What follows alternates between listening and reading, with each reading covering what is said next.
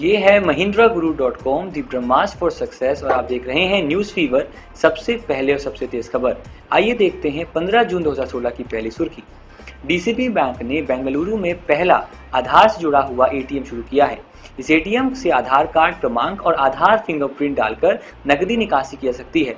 इसके लिए किसी डेबिट या एटीएम कार्ड अथवा पिन की आवश्यकता नहीं होगी। इस एटीएम का उद्घाटन किया जो ब्रेन चाइल्ड हैं, जिन्होंने जो जनक कहे जाते हैं आधार कार्ड के, नंदन नीलेकनी साहब ने बेंगलुरु में। अगर यहाँ सवाल की बात करें, निम्नलिखित में से किस बैंक ने बेंगलोर में अपना पहला आधार कार्ड आधारित एटीएम शुभारंभ किया? उसका आंसर है विकल्प 4 जो है डीसीबी बैंक। चलिए बढ़ते हैं अगली सुर्खी पर। प्रमुख प्रौद्योगिकी कंपनी माइक्रोसॉफ्ट और पेशेवर नेटवर्किंग वेबसाइट लिंक्डइन ने एक समझौता किया है, जिसके तहत माइक्रोसॉफ्ट 26.2 अरब डॉलर में लिंक्डइन का अधिग्रहण करेगी। लिंक्डइन और माइक्रोसॉफ्ट दोनों ही यूनाइटेड स्टेट्स ऑफ अमेरिका की कंपनी है, और माइक्रोसॉफ्ट, जहां तक कि आपको पता होगा, इसके जो सीईओ हैं ये भारतीय मूल के सत्या नडेला जी हैं। आइए देखते हैं, इस पर एक महत्वपूर्ण सवाल, कई सारे बन सकते हैं, उसमें से एक सवाल यहाँ पर है, इनमें से कौन सी कंपनी 26.2 बिलियन डॉलर की धनराशि द्वारा लिंक्डइन का अधिग्रहण करेगी? यानी जो कंपनी उसको अधिग्रहित करेगी अपने अंदर, वो है विकल्प 2 यानी माइक्रोसॉफ्ट। इसका सही उत्तर है। आइए बढ़ते हैं दूसरी खबर की तरफ। थोक मूल्य आधारित मुद्रास्फीति या WPI होलसेल प्राइस इंडेक्स मई में बढ़कर 0.79% हो गया, जो पहले था अप्रैल में 0.34%। अगर यहाँ बात करें, जो वृद्धि हुई है काफ़ी कम हुई है, और इससे एक अच्छा असर ही पड़ेगा न सिर्फ एक उपभोक्ता को बल्कि होलसेल विक्रेताओं को भी। यहाँ अगर सवाल की बात करें, सवाल बनेगा मई 2016 के लिए थोक मूल्य सूचकांक कितना रहा? इसका आंसर है ऑप्शन 5 विकल्प 5 0.79%। न सिर्फ जो वर्तमान दर है वो आएगा पेपर में, बल्कि WPI के डिफरेंट पार्ट्स, WPI का पूर्ण रूप क्या है, WPI के अंतर्गत कितने आइटम्स आते हैं, बेस ईयर क्या है, इनको बिल्कुल आप पढ़ें। और कहाँ पढ़ सकते हैं सर? हमारे ब्रांचेस में, जहाँ पर हम हर बैंकिंग विषय और हर इंपॉर्टेंट विषय जो पेपर में आता है उसको पढ़ाते हैं। आइए बढ़ते हैं अगली सुर्खी पर। भारत सरकार ने मलेशिया के एयर एशिया समूह के प्रमुख टोनी फर्नांडीज को overseas citizen of the India का दर्जा दिया है। Overseas citizen of the India का दर्जा पाने के बाद ये एज NRI यानी नॉन रेसिडेंशियल इंडियन की तरह इनको ट्रीट किया जाएगा। इसके अंतर्गत बहुत सारे लाभ इनको होंगे, जिसमें से एक प्रमुख लाभ ये है कि ये भारतीय जो कंपनी है, इंडिविजुअल्स जो भी योजनाएं हैं उसके अंतर्गत 100% की शेयर होल्डिंग इनकी हो सकती है। आइए देखते हैं कि इंपॉर्टेंट क्वेश्चन क्या बन सकता है। निम्नलिखित में से किस CEO को भारत सरकार द्वारा भारत की विदेशी नागरिकता, जिसका संक्षिप्त रूप OCI है, का दर्जा दिया गया है? विकल्प 1 यानी टोनी फर्नांडीज इसका सही उत्तर है। आइए बढ़ते हैं दूसरी खबर की तरफ। Stockholm International Peace Research Institute की रिपोर्ट के अनुसार पाकिस्तान के पास इस वक्त करीब 110 से 130 परमाणु हथियार हैं, जबकि भारत के पास की संख्या 100 से 120 है।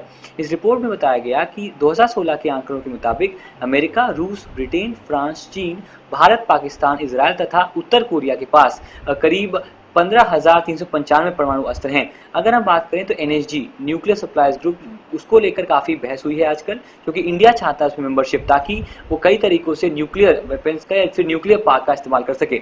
यहाँ पर पाकिस्तान भी इस लाइन में है। उसका भी मानना है कि वह भी भारत से बेहतर है एक मेंबरशिप पाने में NSG की। तो देखते हैं इस खबर से क्या असर पड़ता है आने वाले समय में। यहाँ जो सवाल बनेगा, सिप्री का पूर्ण रूप क्या है? इसका उत्तर है विकल्प 2 Stockholm International Peace Research Institute. आइए बढ़ते हैं अगली सुर्खी पर। सांख्यिकी एवं कार्यक्रम क्रियान्वयन मंत्रालय के केंद्रीय सांख्यिकी कार्यालय, जिसका संक्षिप्त रूप CSO है, ने मई 2016 के लिए उपभोक्ता मूल्य सूचकांक CPI कंज्यूमर प्राइस इंडेक्स पर आधारित महंगाई दर के आंकड़े जारी किए। उपभोक्ता मूल्य सूचकांक पर आधारित खुदरा महंगाई दर मई 2016 में 5.76% रही। ये जो न्यूज़ है, खबर है, इसमें से 3-4 सवाल बहुत ही इंपॉर्टेंट आपके लिए बन सकते हैं, जिसमें से जो CPI और CSO है, ये क्लैरिकल बेस्ड क्वेश्चन है, जनरली उस क्लैरिकल लेवल पे पूछे जाएंगे। और बाकी जो पूरा एक मिनिस्ट्री है जो कि अभी कुछ ही सालों पहले बनी, सांख्यिकी एवं कार्यक्रम क्रियान्वयन मंत्रालय, इसको आपके PO एग्जाम से कोई भी बहुत इंपॉर्टेंट एग्जाम इसमें पूछा जा सकता है। बाकी मई का जो इन्फ्लेशन रेट है ये भी आपसे एग्जाम में पूछ सकते हैं। इसी पर एक क्वेश्चन ये है कि MOSPI यानी MOSPI द्वारा जारी आंकड़ों के अनुसार मुद्रास्फीति दर मई 2016 के लिए उपभोक्ता मूल्य सूचकांक पर आधारित है, जो कि न्यूज में भी दिया गया था। विकल्प 3 5.76%। इसका सही उत्तर है। आइए बढ़ते हैं दूसरी खबर की तरफ। आखिरी सुर्खी, भारतीय रिजर्व बैंक ने दबाव वाली संपत्तियों के स्थिर पुनर्गठन S4A के लिए एक नई योजना की घोषणा की है, जिसके तहत वास्तविक कठिनाइयों का सामना कर रही बड़ी कंपनियों को नए सिरे से वित्तीय संरचना की जाएगी। योजना के तहत वे परियोजनाएं आएंगी जिन पर बकाया कर्ज 500 करोड़ रुपए से अधिक का है। यहाँ एक अहम बात यह भी है कि SDR की बात कर सकते हैं, CDR की बात कर सकते हैं, जो है स्ट्रेटेजिक डेब्ट रिस्ट्रक्चरिंग और कॉर्पोरेट डेब्ट रिस्ट्रक्चरिंग, जिसको लेकर बहस हुई थी कि यह कहीं ना कहीं जो बैड लोन्स हैं उन्हें कम करेंगे। यहाँ थोड़ा अंतर है, यहाँ जो ऐसे कंपनियां हैं जिनको वास्तविक तौर पर जिनकी गलती नहीं थी या मार्केट के हिसाब से वो कठिनाइयों में है, उनको यहाँ इस स्कीम के जरिए उनके लोन्स को रिस्ट्रक्चर किया जाएगा। यहाँ जो सवाल बनेगा वो बनेगा कि योजना के तहत जो परियोजनाएं हैं कितना बकाया कर्ज होगा कि उन्हें इस योजना के अंतर्गत लाया जाएगा। उसका उत्तर है विकल्प 2 जो है 500 करोड़। इसी के साथ हमारी आज की सुर्खियां यहाँ समाप्त होती हैं। उम्मीद करते हैं कि ये सुर्खियां सवालों के रूप में आने वाले इम्तिहान में आपको दिखें, चाहे वो SBI क्लर्क मेंस का हो, PO मेंस का हो या फिर आने वाला IBPS का पेपर ही क्यों ना हो। हमने साथ ही साथ कई वीडियोस अपलोड किए हैं हमारे YouTube चैनल पर, बिल्कुल उनको देखें, चाहे वो रीअरेंजमेंट का वीडियो हो, DBMS जनरल स्टडीज़ का वीडियो हो। इन सारे वीडियोज़ में हमने अलग अलग विषयों को कवर किया है, न सिर्फ GA को।